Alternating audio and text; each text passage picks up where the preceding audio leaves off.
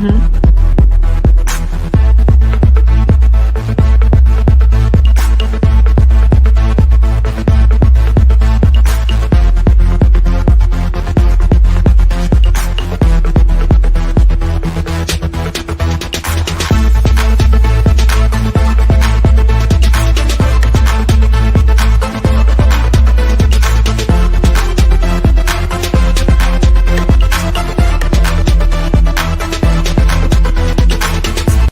Girl, let's start this show.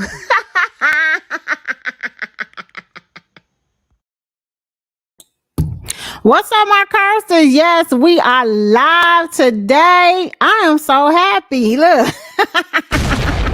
ring the alarm. Let everybody know we live today. I want to thank y'all for tuning in. I want to make sure y'all know to follow us. Like, follow, and share.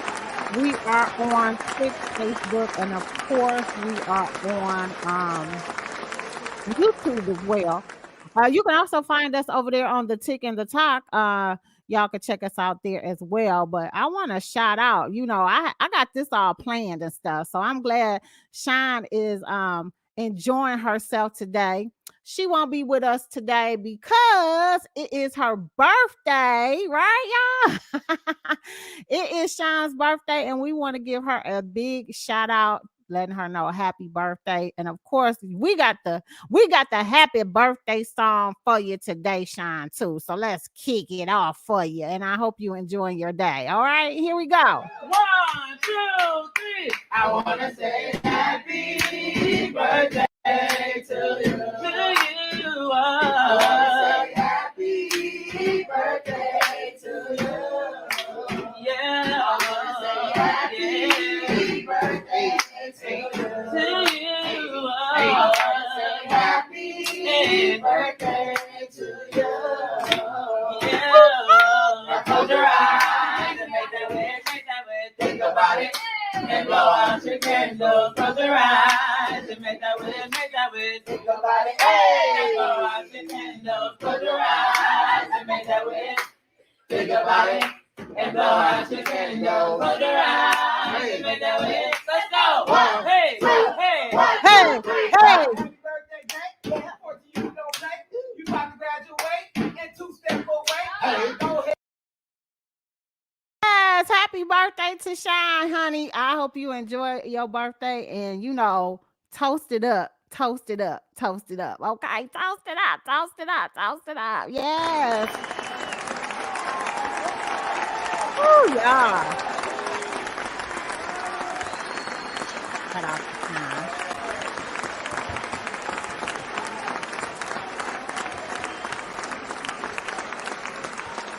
Big shout out to her. Big shout out. Yeah, she is in the chat. Hey, you like that birthday song? Yes, boo. That birthday song is hot to try. I was like, we got to do it up big for you, girl. We got to do it up big for Sean. Okay. Yes. Well, let's get on into it today. We're going to make sure that we try to stay within our hour time frame.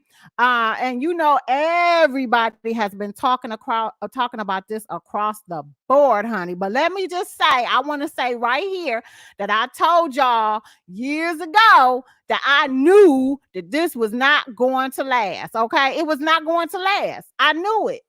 And whatever you want to say about it, I told y'all so. And I'll be just looking for people just to be having some things going on with their relationships or marriages and stuff like that. But sometimes when you know, okay? And I knew. So apparently it has been announced that, Jeezy filed for divorce from TV host Jeanie Mai.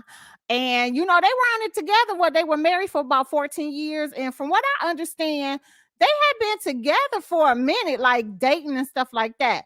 Don't get me started on like when they started dating, because I don't even know. But I just knew that when he came on the show, after that whole situation with her ex-husband, and I'm going to call it out because ain't nobody else going to say it, but I'm going to say it. You know what I'm saying? The whole situation of why her ex-husband and her separated was because he said she did not want to have kids, right?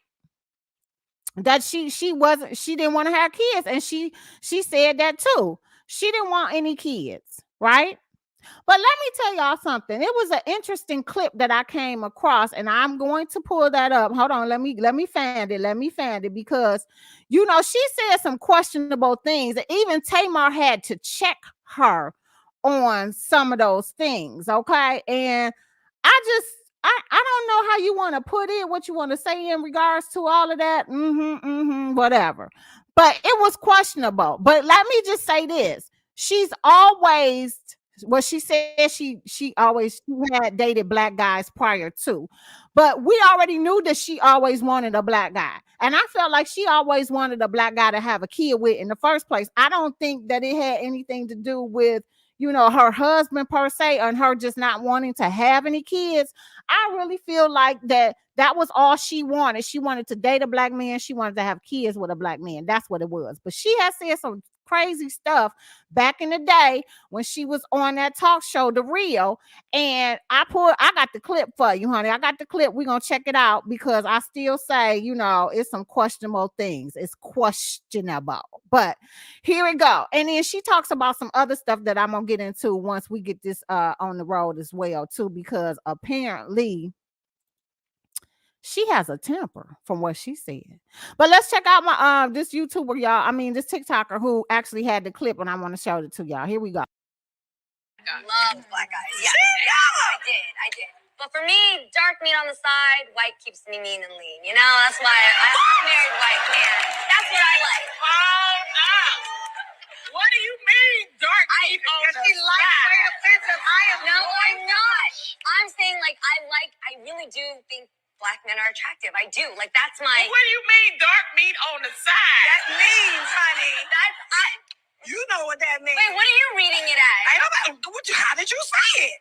I'm just saying, when I think about men, I like dark men. I do. You like your main man to be white and your side piece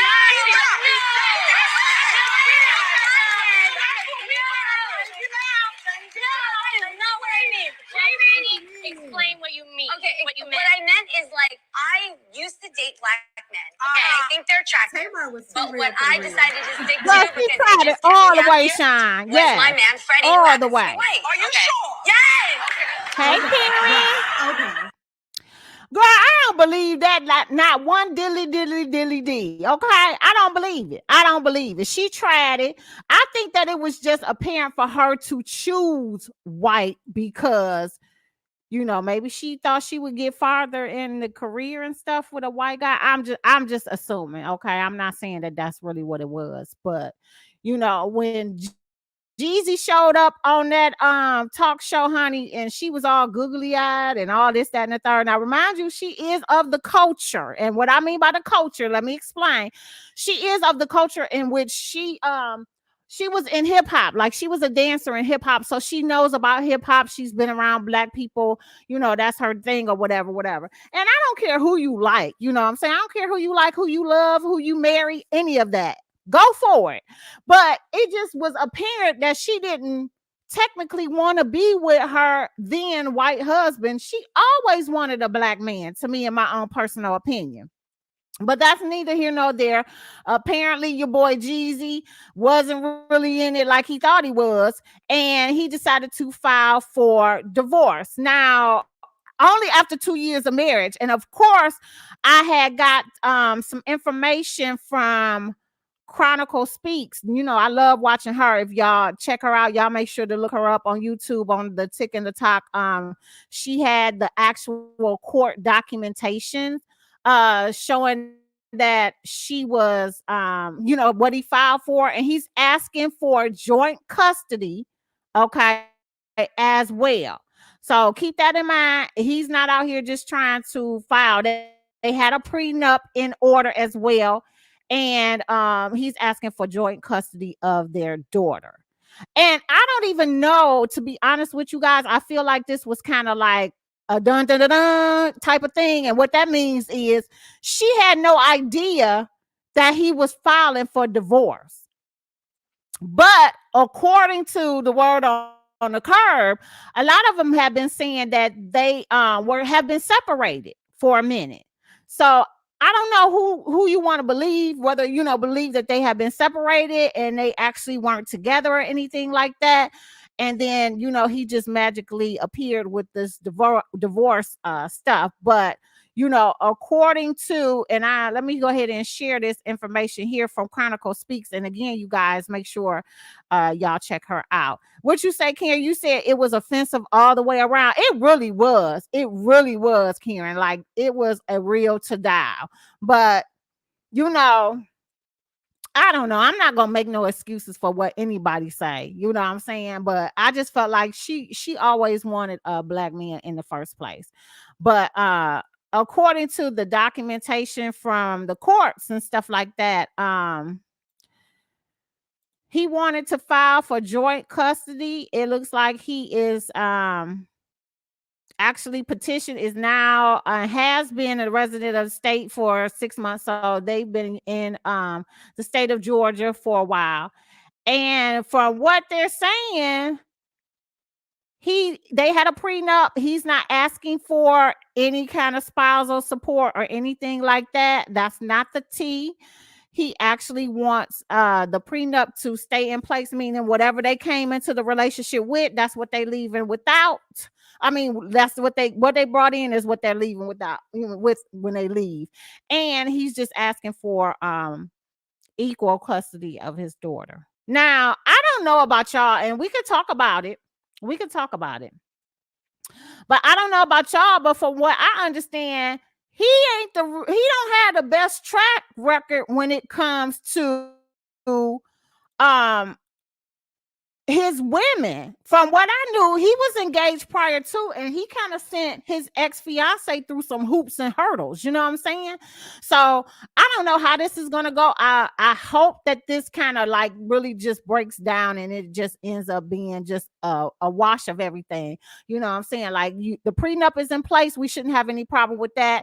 You go your separate way, I'm going mine, and we'll share custody of our daughter and take care of her when she's within our home. So like when she's with Jeanie Mai, you take care of her the way she need to be taken care of, and same when she is with Jeezy. But they were saying like she had just posted like a couple of days ago congratulating him on his book that ended up being a New York Times bestseller. And it didn't seem like she may have known about this whole divorce situation. So I don't know, but definitely we're going to keep y'all updated on the whole thing. I wish them nothing but the best. But the only thing that I can tell y'all is I knew that this relationship wasn't the right fit. I don't even know how it came to be. They seemed like they were really enjoying each other in the beginning, and I ain't mad at that. Go on, do your thing. But sometimes you could just tell when things is not when it don't mesh well. I say that everybody ain't for everybody. You know what I'm saying? But anywho, before I do jump into the next topic, they were saying it's a video circulating about Jeanie Mai saying that she had like a real temper, and nobody ever checked her on it until actually she got with Jeezy, and she kind of went off on something, and then she didn't like the way that it ended up being or looking on her behalf, and she kind of checked herself on it. So a lot of people are speculating that that could have been one of the reasons why she decided to, check herself and get her anger issues. And that might have been one of the reasons why he was like, oh, it's time to go. I don't know. We really don't know what the reason is for the divorce, but I wish them nothing but the best. Let's continue. Okay. Now your boy Diddy Bop was out here. He was getting honored on the VMAs and everything. I don't know if you guys, did y'all catch it? Did y'all catch the VMAs? How y'all feel about the actual performance? Let me say this. I think, Diddy did a really good job considering, because normally when he goes and he performs, it's just, him, and he brings out a lot of the artists and stuff of who he has worked with over the course of his time. And this particular situation, he decided to flip it. Now we're gonna get into the whole schmooze of everything. Okay, let's not get it twisted, because y'all already heard that Diddy ended up releasing everybody's publishings, and he is out here giving it back, because he just is all about the love, about Diddy love, and all of this other stuff, and I was just like, that doesn't make sense to me. Why are you putting stipulations with any of that? So she came out and she had she was being interviewed, and she basically spilled all the tea in regards to what was going on and what this NDA situation and all that stuff deals with. Let's take a listen to what Aubrey O'Day stated. I just want to throw you the facts, okay? Sure. The deal that we were offered, and when I say we, not every artist got it. Like Day 26 did not get it. But this is what it is. You can have your rights back to your music after Puff went under and somebody else bought our catalog. So this is long after we have 2 double platinum albums, $14, $15 an album from 2 million albums is, what is the math on that? 48 million? Yeah, something like that. I'm a mathematician, but maybe. So $48 million somebody made on me. Yeah. I did not make anything. When I said I did Christina Aguilera for free, I didn't do Christina Aguilera for free, but the record label recouped it all. We were in debt at the end of that tour. Yeah, it's pretty crazy. So I worked for free for the first 6-7 years of my career, basically. And also MTV was not paying us. And this is another part that I have that I feel some kind of way about, because MTV since then, in these recent years, has brought back every big cult show, meaning it had millions of followers, and it was at least 6 seasons. Right? Yeah. Making the Band is one of those. They brought back Real World. They brought back Jersey Shore. They brought back Laguna Beach. Making the Band is the only one that they did not bring back. And Making the Band is the only cult MTV show that made that network, one of them, that they have never played in one rerun. Not one rerun. So I'd like to know why. And if it has something to do with Diddy, then again, what I'm wondering is when the deal is Harden has decided to pay us as talent and also as writers. We're credited with publishing. So basically, we only get the amounts due since Sony bought our catalog. Okay. So streaming for the past couple years, it's about $800, $900, some in the hundreds. Okay. And in order to get that, I have to release. So that was Aubrey O'Day talking about, she would have to release, basically she would have to sign an NDA and talk about all of this other stuff, by basically keeping Diddy's name and anything regarding him and a couple of other people out her mouth. And from what it looks like, she never signed it. What do you guys think about that? Like I say, it's always going to be about business. It's never about friendship when you are in the business of, the music business. It's never about friendship. It's always going to be about business. And if people are not going to be able to get their money off of you, you hear all those millions of dollars that she did not get none of by being in that group with the rest of the members. And I don't know if there's a difference between what everybody was getting at that specific time, or were they all getting the same type of deal or money or whatever. But I tell you all the time, it's like, you don't make no money off of your first 2 to 3 albums. Believe me when I tell you that. You do not make any money unless you go big off of your albums. But when you are technically first signing onto a record deal and stuff like that, you have to recoup all the money that they spent promoting you, videos.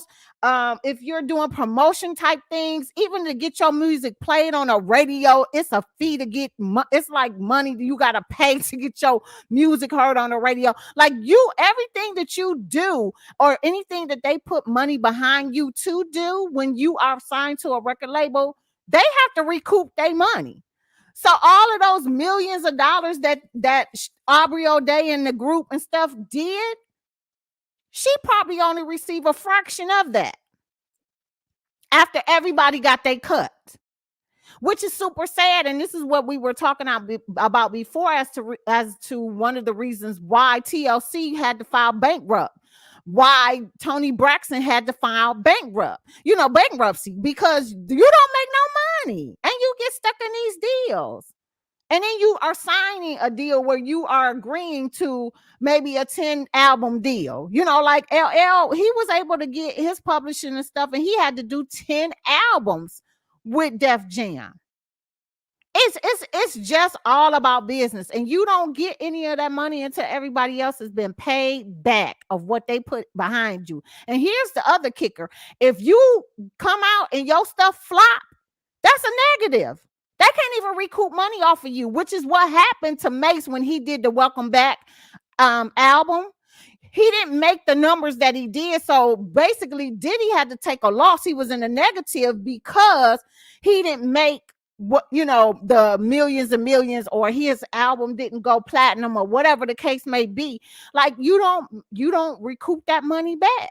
So either, we have to either renegotiate for a new deal to see how we're going to proceed to get you another album to hopefully recoup some of that money back and recoup a new album, or you can buy yourself out. You owe me this amount of money.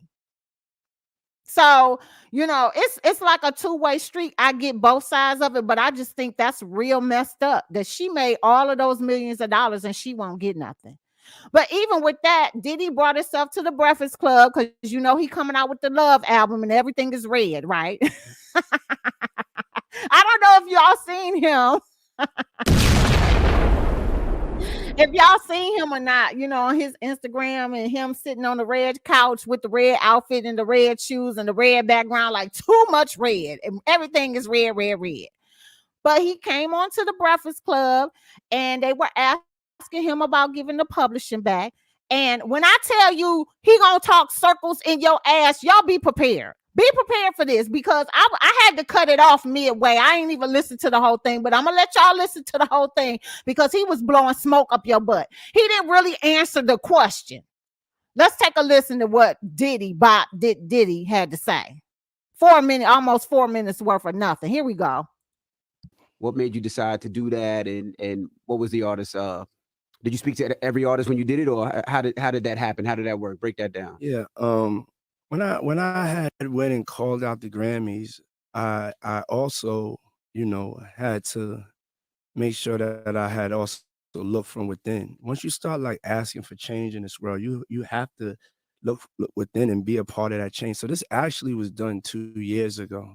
You know what I'm saying? It was actually done 2 years ago, and it was more of me just evolving as a businessman, a person that really wants change in the world, and progress, most importantly, because you can have change but not progress. And it was the right thing to do. Yeah. You know what I'm saying? It was the right thing to do, and is the frequency that I'm in. It's the love frequency. If it wasn't for like these people that have helped me with all of these records, everybody, if there's anything, you know what I'm saying, like that, just doing the right thing, that's just with the frequency that I'm in. And so that was done 2 years ago. So it's not like 2 years ago you gave him the 2 years. Yeah, 2 years ago I had it signed, and then the lawyers had to work everything out because it's not an easy thing, and it's called reassigned. It's not, I didn't give nobody anything. It's just reassigning because of the contracts and everything is up to par. You don't have to. Business is business. You don't have to change the contract. You don't have to make changes in the world. But if you have a chance to do the right thing, why wouldn't you do the right thing? You know what I'm saying? And that's a world that I want to live in. And so, you know what I'm saying, I want to be that change that I want. What do you say to the people who say they feel like the publishing has no value now, and you've already made all your money off it, so now you want to give it back because it's not really worth anything? Yeah, I mean, that's just not the truth. Whatever your value of your publishing is, that's the value of your publishing. And it's really about just me evolving and wanting to do, you know what I'm saying, what I feel is like the right thing that we should all do. We should all look at where we're at in the world today. You know what I'm saying? So, you know what I'm saying? I can't go on like I'm not doing things for people. I'm doing things that God has in that God tells me to do. So I don't like what somebody's gonna say or how somebody gonna take something. Puff ain't even on that. You know, I'm not for everybody. Yeah. Jesus wasn't for everybody. Not comparing myself to Jesus, but somebody that I look up to as far as the story. You know what I'm saying? Yeah, it's all right. You know what I'm saying? Did giving back to publishing fix any damaged relationships that you might have had with the I wasn't. There's so many misconceptions that people think they know what's going on. I didn't have no problems with people. Mace, I think the name was Mace. The major with me and Mace, we brothers, and Mace, I got unconditional love for Mace. So me and Mace, I don't know if me and Mace stop arguing now or something like that, but I'm gonna still love Mace. I give him thanks for like really helping to really launch my career as an artist, and you know, was there with me from the beginning and stuff like that. But when you're like in a group with somebody, you know what I'm saying? You're tied together for life. You'll have your brotherly ups and downs, but I always love Mace, always give thanks to Mace. And you get to a point in your life, especially me as a successful businessman, where you pick purpose over profit. And that's kind of the season that I'm in to really be a part of this radical change. You know what I'm saying? And recently you So what y'all think about that? Y'all think that he is changing for the good and the change of his heart and the loyalty of, you know, being able to look within and pick and choose like now is the time. Like this is the time. This is all about love and reevaluation and, you know, making a change within yourself. This is what he's saying. He didn't say shit, right? Right? Mama Joe said no. He ain't changed a bit, y'all. Let me just tell y'all something. He ain't doing this out of the kindness of his heart. He's not. What I've been hearing the word on the curb is that Diddy is trying to reconstruct his businesses because he done lost a few deals now. And like the liquor deal he had, he don't have it anymore, or something with the Ciroc or whatever. And you know, things is changing and shifting for him. And so, you know, he's trying to reevaluate himself in a different way as a businessman. And so in order to do so, he's kind of like letting go of some of the past stuff so that he can get to the next phase of his life and the next phase of his business. If that sounds good to y'all, you know, if you understand exactly what I mean in regards to that, a lot of people have to, you know, reinvent themselves over the course of time. You've seen it with Jay-Z, you've seen it with Diddy, you've seen it with 50 Cent. Like music is not where it's at. You're not making money off of music anymore. You're not making money off of music sales either. Okay. So, you know, basically, since he don't have a bad boy label, and I'm just going to say it, he don't have a bad boy label. He still has the label. But what artist besides his son on there do he have out that's making money? He's not getting anything from the bad boy label. And he hasn't since Notorious died. He hasn't. And then all the rest of after all of that shooterization and stuff with him and J-Lo, and then all the situation with Notorious, like the bad boy label kind of went down. He don't have anybody signed to his label at this time. So he's not making money in from music. So at this point, you need to, that was one of the things that propelled him to go into the liquor venue, you know, and do the liquor thing and start venturing off and doing a bunch of different type of projects. Is he still a producer? Yeah, he still produces stuff for other people, but he don't have an artist that's on his label that he is putting out music for. And I don't count his son because I just don't. What song he got out? What music he got out that's, you know, that's the hot thing? Nothing. So he didn't really say nothing to me in this whole interview as to what was the reason why he gave his publishing back.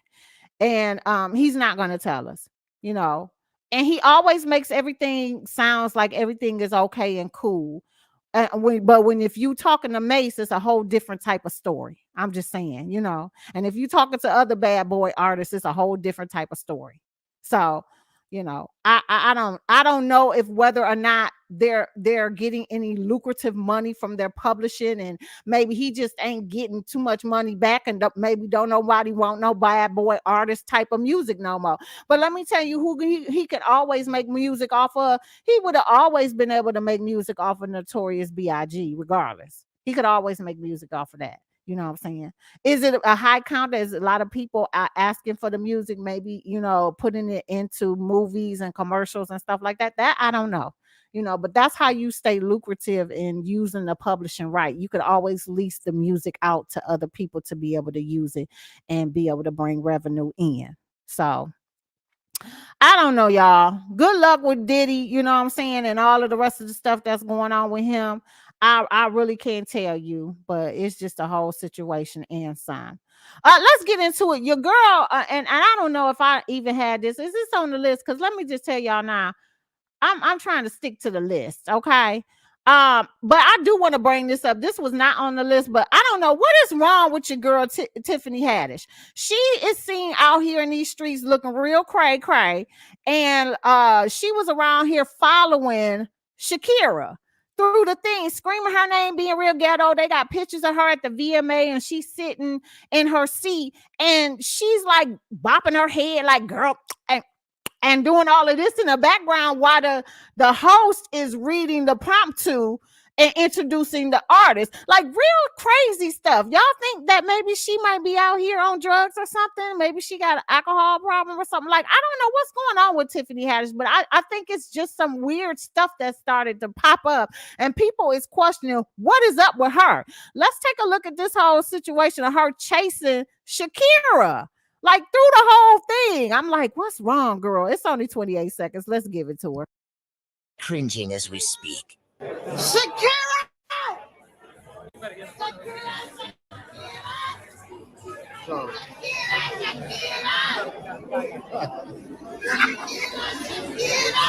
She ain't stopping for you. Shakira, you gotta turn around, baby.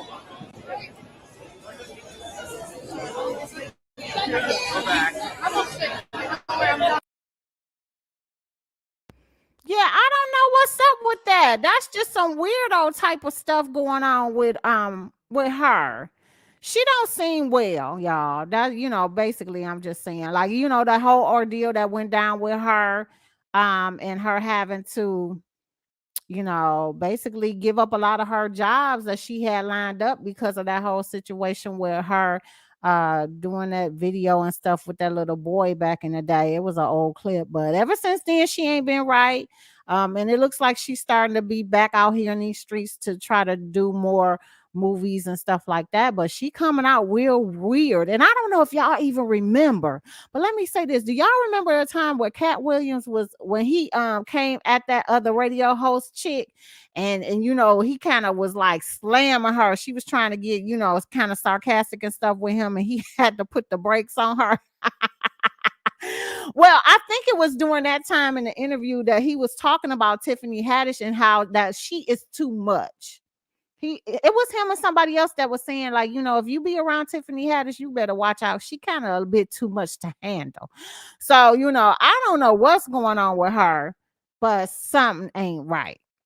And I hope it work out for her. I hope, she start getting her stuff back in order as far as her movie gigs and stuff. It looks like she's trying to get herself back out there in the limelight and stuff. So I hope everything works with her. She trying to reinvent herself. Yeah, she needs to, because she got a bad rap. So she needs to reinvent herself. But the way that she's reinventing herself is just like, I mean, she always had that ghetto fabulous type of mindset. Remember the chicken in the purse and stuff at the award shows and stuff like that. She always was a bit over the top in the ghetto-ness area. However, this one seems strange. This seems like some kind of mental situation, like it ain't all there. I didn't even save the actual video for you guys to see how she was sitting in the background, just popping and doing all this and trying to read the prompt to with the girl and stuff like that. Just really weird. Sean said, I think Common said she was too much. Yeah. Somebody else, whether it was Common or somebody else, said she was a bit too much. She was teen too much. But I wish her the best too, girl. Somebody close to her need to go and check up on her. Ring an alarm or something, because something ain't right with her. Okay. Let's get into it, honey. Y'all know we talked about it last week that KeKe Wyatt's World is coming out with a new reality show, honey. Well, I don't think we had the trailer for it, but I got the trailer for you this time because they released it finally. And honey, I want y'all to know this is about to be crazy. It's HE double hockey sticks. Okay, here, let's take a look. Done an album in 6 years. It's pissing me off. That's my mom. She will tell you the truth, whether you like it or not. Shut the hell up! This is my business. To a bitch. I don't care. Welcome to KeKe Wyatt's World. Wyatt farted in my face for no reason. Well, that's what brothers do. We are sweet people, but we are weird people. It couldn't just be a hug. It had to be some fat grabbing. My mother's very dramatic. Can y'all go away? The little boy better not be touching on your booty. Oh, Lord.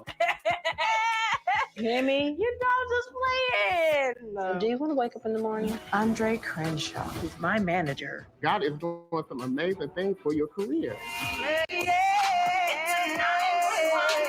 But I'm stuck in my personal life. That's what we got to fix. You're definitely going through postpartum. The baby had a really bad seizure. He died in my arms. We're not going to do this on national TV because we already look dysfunctional enough. You can't close yourself off by being angry. I'm sorry. I'm so sorry. You know what, Andre? I love you. You tonight. Oh, really? Bitch. This is a lie. KeKe Wyatt's World, the all-new series premiere. Girl, it is a lot. Y'all better check it out Thursday, October the 12th, honey. Oh my God. It's teen too much. What is this on? October 12th on WeTV. On WeTV. Y'all better get into it. What y'all think of this whole situation? Y'all think it's something good to catch? I'm gonna be watching it. Cause when she was on the Divas reality show, it was all types of cuckoo crazy on that show. Girl, let me tell y'all. I'm trying to tell y'all, it was all types of cuckoo crazy on there. So, I'm gonna be tuning in. Y'all get y'all stuff together, and it's gonna be a whole it's gonna be a whole lot of drama. You watching? Yes, absolutely. I'm gonna be there too, girl. I'm gonna be there. Of course, we gonna have Shine when she come back from partying and stuff for her birthday. She gonna have to start doing her reality stuff because it's starting to be, everybody is getting the reality shows coming back out. Before this whole strikerization with the movies and stuff started coming out. So I'm gonna be tuning in. She got to give us the tea on these reality shows, okay? All right, y'all. Let's get into it. Let me tell y'all something. Y'all boy Cedric the Entertainer is coming out with a book. Shout out to Joy for giving me the tea about that when we was talking about it behind the scenes, and he ended up coming on the Breakfast Club, and I caught it. And of course, he's talking about the whole book and stuff like that. That he is going to be releasing. Now, let me just tell y'all, I'm not going to show the whole thing. I'm probably not going to even really show any of it. But the thing that Cedric the Entertainer, they're doing a whole situation. So it's like 30 minutes of conversation with him about his fictional novel, his family history, and all this about the writer strikes and stuff like that. But he is bringing out a new fiction novel, and it does have some relatable stories in regards to I think it was his uncle, and how this whole thing came to be, and it takes him to talk about some of this stuff. Let's see if I can find it. Birthday party 2:30, yeah. How many outfits you bring with you, Cedric? Because you stay clean. I had to be very specific on this, but I think I brought about 6 outfits, and grip is, yeah. They see you all the time. Yeah, exactly. Yeah. You got the Flipping Boxcars book out, man. And I love that you flexing different creative muscles, writing fiction novels. Yeah, Talk to us man. about Flipping Boxcars. What made you want to write a fiction novel? I was, really hearing stories about my grandfather, but, he had passed before I was even born. So, we'll hear things about our relatives, and then you start to get the lore of the family story. And that's what I did. Like, I started to really fictionalize what his life was like. And so, he was, these were real things, that I heard from my mother and my uncles, that, he was a businessman. He was like the de facto mayor of the black side of town, this little small town. And then, but at night he was a bootlegger and a gambler and a hustler, and he always being creative. And so I just kind of put those two worlds together to show them being like this loving father and husband. And then he had to go and do what he had to do to make his dreams come true. So he gets caught up in a caper. It's like a crime caper where he's got to take this bootleg liquor from a train. So that's the boxcar trains. And then he does the dice with the 2 Sixxes as a boxcars tars too. So that's why he's flipping boxcars. That's the most important thing about the book, right? The dynamic, because that is the black struggle in a lot of ways. The fact that, I'm a family man and I'm trying to do all of this for my family, but I got to go out there and get it by any means necessary sometimes. Don't make me a bad person. That's right. I mean, we all, especially black men, we kind of always relegated to that. I mean, even when we think about the people like make it in the music business or whatever, most of them have that other past where they was like street dudes, but we never saw them as that way. Like we just appreciate that they great artists and they did what they got to do. And so you think about post-World War II, pre-civil rights, black man, that's what I love the story is that he had traveled, he'd been in the world, and then you come back to a pre-civil rights America, you just can't be put back in the same box. Once you left, you can't tell me I can't come through the front door, bro. I've been living in France for 6 months. I've been. Shout out to Cedric for doing his thing, y'all. Y'all gotta catch it on the Breakfast Club, his whole interview and stuff like that. But the book sounds really good, and it is on Audibles, and you can pre-order it for when it comes out. Okay, y'all stay up on Cedric. For a minute I thought Cedric was gone. Like I didn't think he was really doing anything anymore. Is that just me, or did y'all feel that way too? Because it's been a minute since I seen him out and about. But he is apparently still out here doing the doggone thing. So shout out to Cedric the Entertainer on that, y'all. Yeah, cheering. I'm good for him. And remember, this will be his first book. So, I don't know if you want to say give him a little grace. It's the first book. I don't know how it's going to sound or anything like that. But if you do the audibles, because I was like, if he does, do the audibles, I hope that he's reading it because I like his voice. I like Cedric's voice and stuff. And he is. So I'm going to check it out and see if that's going to be a good book. I think Joy already pre-ordered it. I haven't pre-ordered it yet. Oh, Mama Joe said he has a sitcom on Monday nights. Okay. Yeah. And Sean said, yeah, he has a TV show called The Neighborhood with Tashina Arnold. That's right. Okay. I didn't think it was still in motion. I thought it came and it went. Okay, my bad. I don't tune into it, which is sad. Why don't I tune in? Oh, because it wasn't funny to me.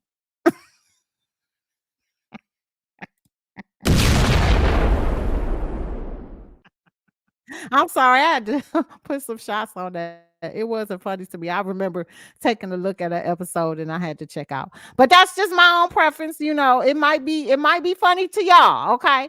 Don't if it's still on, somebody watching it, somebody like it. Okay. It just ain't for me. I'm sorry. Mama just say you silly. I'm just keeping it real. I did test it, because I be wanting to support, but I'm sorry. If it ain't funny, it don't work for me. Anywho. So shout out to Cedric the Entertainer. Y'all look for his book that's supposed to be coming out. Y'all get with it and get to purchasing. You know what I'm saying? While we sitting up here talking about, stuff with the Breakfast Club and child, let me see if I can even find it. While I'm looking for this, we're going to talk about this whole situation with your boy. What is going on with Nessa Girl, honey? He done came for Kelly Price again. Now, y'all remember, let me set the scene. Back in the day, they said Kelly Price had went missing. Nobody could find her or whatever, you know what I'm saying? And they was like, well, where Kelly been? And they was looking for her, and everybody was posting stuff and trying to find her. And she had got married to a new guy, and we didn't know nothing about it. And it was just a whole bunch of stuff going on, and Kelly was missing. Well, Kelly came out and finally presented herself, and she had COVID. She was hospitalized. She was on her last breath, and da. Well, honey, I guess Kelly Price came out and said something, honey, and then Nessa girl had to go in and let have Miss Funky Dineva, y'all. If y'all don't know who I'm talking about, honey, he came out and trashed her. But let's take a look and listen. I'm just. Hey, but the first thing I need to say, Kelly, is that you need to find a chair big enough, wide enough, and oddly shaped enough to sit your big ass in. Okay. Listen, the dispute was never about whether you had COVID or had you almost died. The dispute was where you had win at, okay? You had people all down to the CNN, baby, all down to the missing people registry. We was looking for you, Kelly, okay? And wherever the hell you was, two things is for sure. It had internet and it had food. Because when you came back, you had lost no weight, which means your ass was alive and able enough to see what all the hell was going on. We was looking for you. All right, Carly Russell, we was looking for you. And you still got up and you talking about all the wrong things. We know you had COVID. We want to know where you had win at. Yeah. Where you had win at. That's all we want to know, Kelly Price. Where you had win at. And a simple, I took a break. You could be like Ralph Pittman from the Real Housewives of Atlanta. I took a sabbatical in Tampa. That was shut it down. I was at the Ritz-Carlton in North Carolina. Y'all, I was in a hotel room with my husband recovering. I'm sorry. That's what we're looking for. We're not negating the fact that you almost died of COVID. Hell, I had it 5 times. I almost died of COVID too. Child, what? What is wrong with Nessa girl? We was genuinely concerned, right, child? Like, we was genuinely concerned about where Kelly Price was. Like, nobody knew where she was, and everybody was looking for her. We just knew, like, she was one of those avid posters on Instagram. And after that whole Enterprise car situation, and you know what I'm saying, they was trying to charge her for a full car, talk about they never received the car. It was like she just vamoose went missing. Like, Kelly girl, where you at? She was going on Instagram all the time, posting and talking and everything, girl. And then all of a sudden it just all stopped, and everybody was just noticing that they hadn't seen her, and she was canceling shows. So it was something that was going on, and we couldn't figure out what was going on. So you know what, I'm gonna ride with this whole situation with Nessa girl. I'm with him on that. We knew you were sick. We not saying you weren't sick. We was looking for you. We thought something had happened to you. That was the whole thing, girl. But why he have to say she need to find her a seat big enough to sit?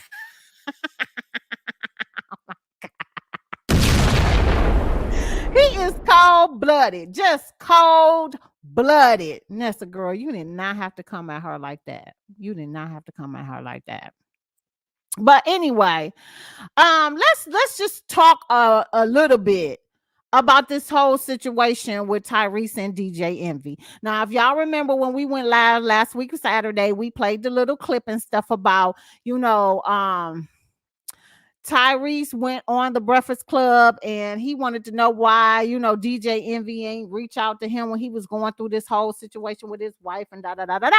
And so, you know, DJ Envy ends up telling him, you know, since you keep asking about it, you want to talk about it. We had a conversation, you know, and basically what he said, you know, he gives props to Tyrese for saving his marriage, because he reached out to him during a time in his life where his marriage was falling apart because he had cheated on his wife, and it had made a big, you know, split between the two. And I guess Tyrese reached out to him and offered help and, you know, did whatever he did as a friend. Got to remember this. They were friends behind the scenes and not just, you know, industry friends. They were actual friends.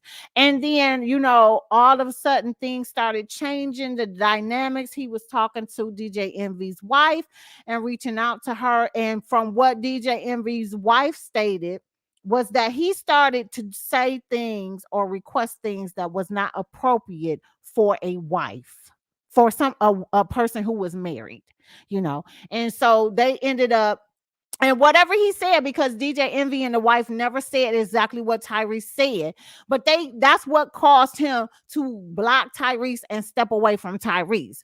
Well, after the whole thing with the Breakfast Club, Tyrese, they dapped it up, and DJ Envy thought everything was good, but Tyrese goes home, honey. I guess he ain't had time to think about this whole situation. And then he turns around and ends up basically going on live and saying some things and kind of like saying that he don't believe it. He really don't believe that he said anything that foul. He's calling DJ Envy and his wife a liar. Well, honey, let's take a look at this whole scenario, because I guess it must have started with the whole post that he did on Instagram. So Tyrese said, okay, since we out here trying to go viral, threatening live on the air, let's unpack all of this, because I guess he felt some type of way when Tyrese said that he wanted to box his mouth. You know what I'm saying? But he wasn't saying that he was going to do it, but he was just that upset at what he said to his wife, which we don't know.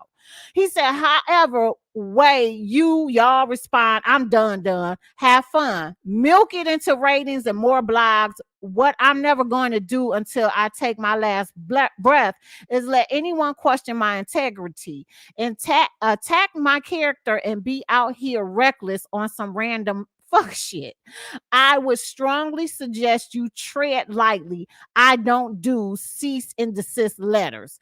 I don't deal with lawyers. I don't snitch. I don't gaslight. I want to fuck up and I'll make a mistake.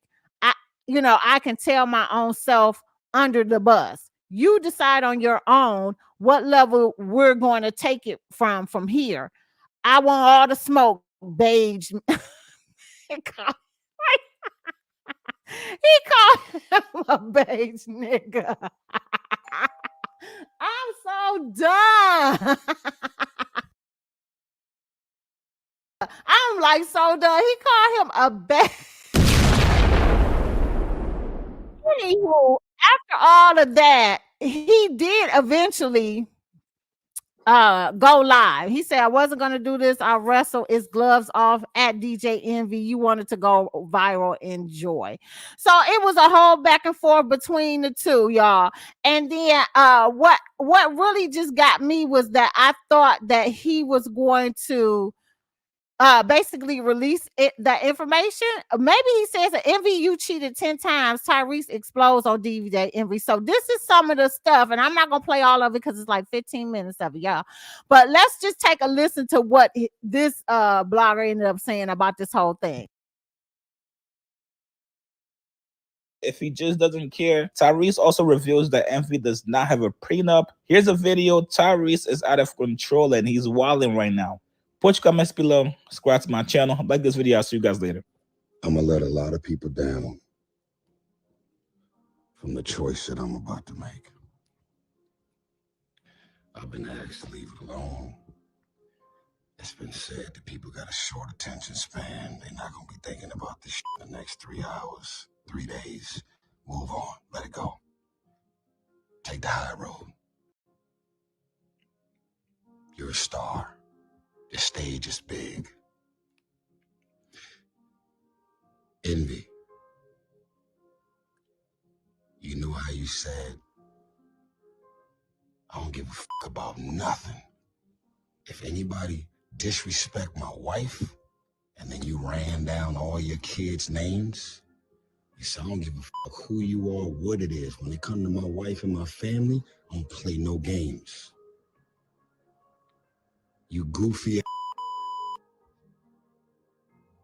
No one has disrespected your wife and your family more than you.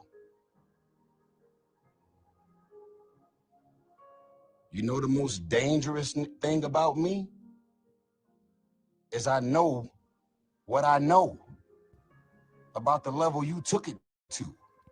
Now, let me just pause this right here, y'all. I'm going to break down what he's saying because, Tyrese is long-winded. We don't have that time, okay? And Sean said that's wrong because if Envy said something about his color, it would be a problem. You absolutely right. But, Tyrese is saying that he ain't got nothing on him saying nothing disrespectful to his wife, and he got all the receipts. And he basically was saying that you the one who has disrespected your wife the most out here in these streets, not me, by you cheating and doing all of this other stuff. But I digress. We're going to listen to a little bit more, and then we is moving on, honey, because we got to talk about two other things, and I want to get that in. So here we go. We're going to run a little bit past 9 o'clock, but we're going to be on time. I'll leave it at that. So all of a sudden, when it comes to your wife and your family, that's off limits. I don't play no games. I'll fucking be ready to shoot, stab, and kill when it comes to my wife and my family. But nigga, no one has violated and disrespected the shit out of your first lady and your family more than you. Put a pin in that.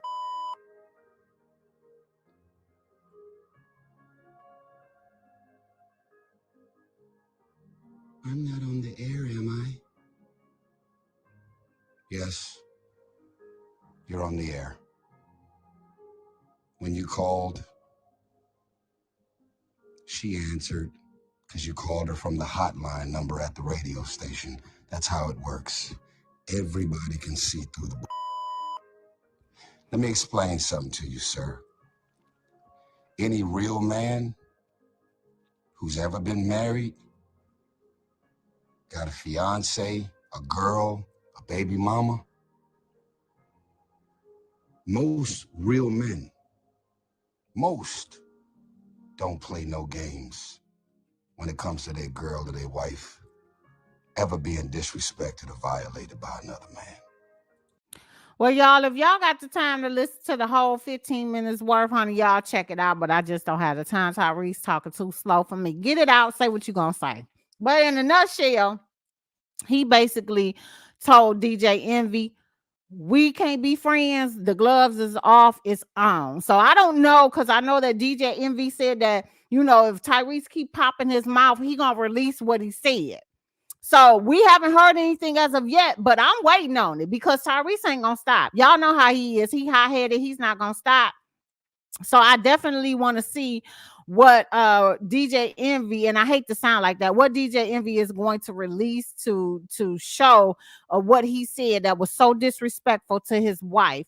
And if Tyrese want to release the proof that he got too, I'm all for it. I'm here for these text messages, and I hate to be, going down this little petty lane, but honey, if they're gonna release it, I want to know about it. I want to see it. I want to hear it. I want to know. Okay. So I hope they get that stuff together. It's sad that they got to lose their friendship over this whole ordeal, but this is just too much. I can't believe it. Let's move on, you guys. Now, I don't know if y'all heard about this, but this was just hilarious to me. And let's get into it because y'all know Cece out here. She pregnant with baby number 4 with her husband, Russell Wilson. I was about to call him Russell Simmons. Shut your mouth. But she out here, and oh yeah, Sean, that's wrong. Cause okay, I said that. Okay, I thought it was a new one. But anywho, Cece was out here doing an interview. She out here pregnant, looking all voluptuous and cute. And she was being interviewed by the Shade Room. So this is a clip from the Shade Room. Y'all know the Shade Room started doing interviews now. Child, they is expanding. But anyway, the question was, how is co-parenting going? Okay. And girl, Cece cracked me up. This is what Cece said. Here we go. And then my last question on this, like, what is co-parenting like for you guys?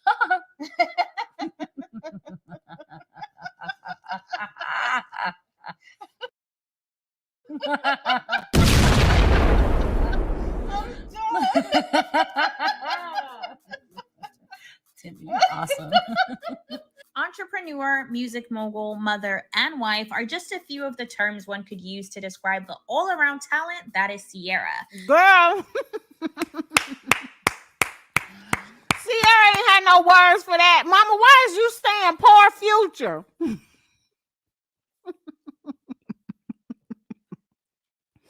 and not with Mama Joe.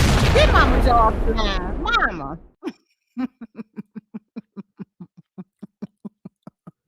We're not doing that. That's right. Future is a deadbeat dad, Mama. How can you say poor Future? Oh, because he ain't shit. Okay, because I was going to say, whose side you on? Let me tell y'all something. When Future and Ciara broke it off, they was engaged and they broke off the engagement.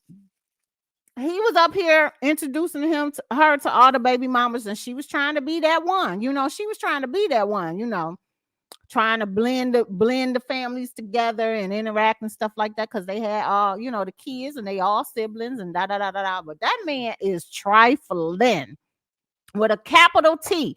Ain't no other way to explain Future. Okay. And it is no co-parenting. That man don't see his kid. And I ain't gonna say he don't never see his kid, but he don't get his kid on a regular basis. It's not like nothing that's worked out like, hey, you can come get Future on the weekend, da da da da da. Every now and again, you'll see Future post something like he done gifted him a big cluster watch or something like that, and he done had him for the weekend or whatever the case might be. But he is an absentee type of father. He is not there as often as it is, and it ain't no co-parenting. Wilson is the dad. Wilson is the dad. You don't want to hear it. Wilson is the dad. He is the one that is taking care of Future's son. You know what I'm saying? Taking him to football games and tossing the ball with him and doing all of that stuff. That's what he is. Yeah, he see his kid on IG. Exactly. That's how he see his kid. That's how he interact with his kid. He probably be texting him and stuff.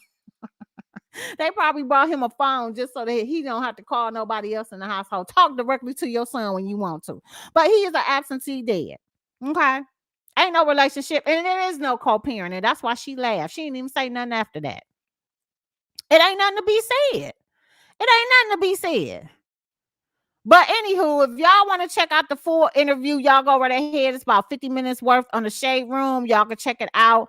Po Miss Ciara. But you know what I'm saying? Like, literally, I will give her kudos for basically meeting a guy, even though she had already had a son with Future, who was willing to take on the responsibility to raise that child like it was his own. In addition to her and him getting married and them adding, more kids to the family and stuff like that, he treats Future like that's his son. So kudos to him. Okay. I just don't understand why people be so infatuated with Future. I don't see what is the big hype? Why y'all so in love with Future? Can somebody explain that to me? Yeah, I don't get it. This is sad. Shout out to Future. Let's get into the last hoo-ha, you guys, because Jonathan Majors is out here saving a whole situation, and then we about to pack it up, okay?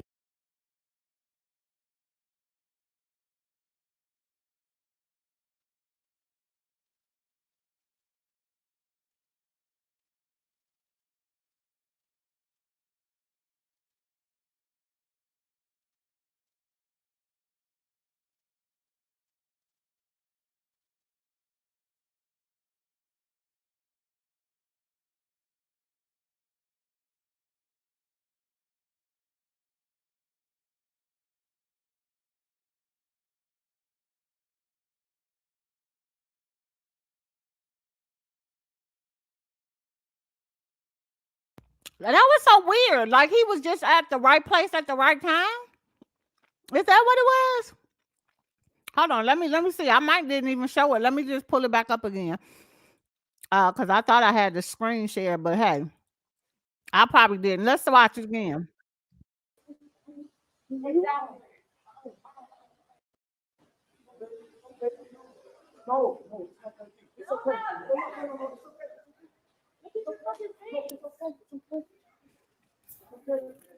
Okay.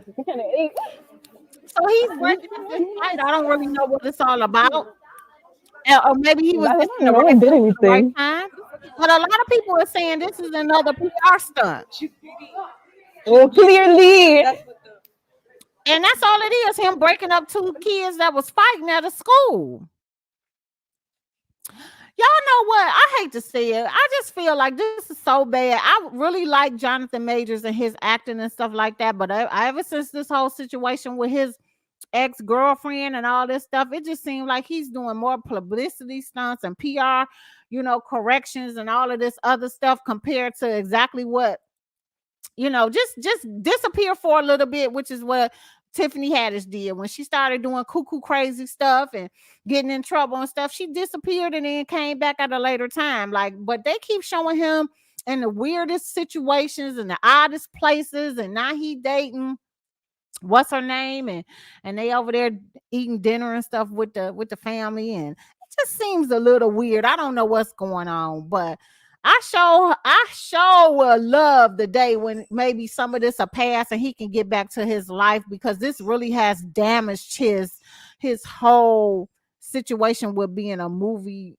star and stuff like that. It's just not popping. And I don't think, has anybody ever seen anything like maybe he's getting another gig or something like that? I haven't seen anything about that, but I was just asking.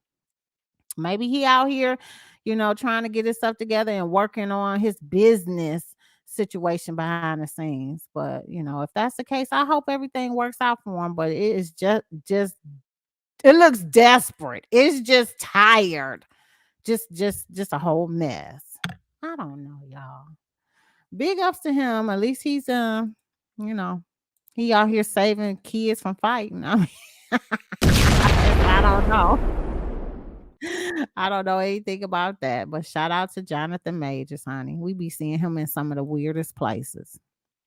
But anyway, you guys, that's the show for today. I want to thank y'all for joining in. Don't forget, y'all can always tune in to us every Saturday around 8:00 p.m. Eastern Standard Time. You can catch us on TikTok under 6406. You can catch us on Twitch under 64. You can catch us under Sixx's Word on the Curb on YouTube. You can get all of that document on Sixx's Word on the Curb.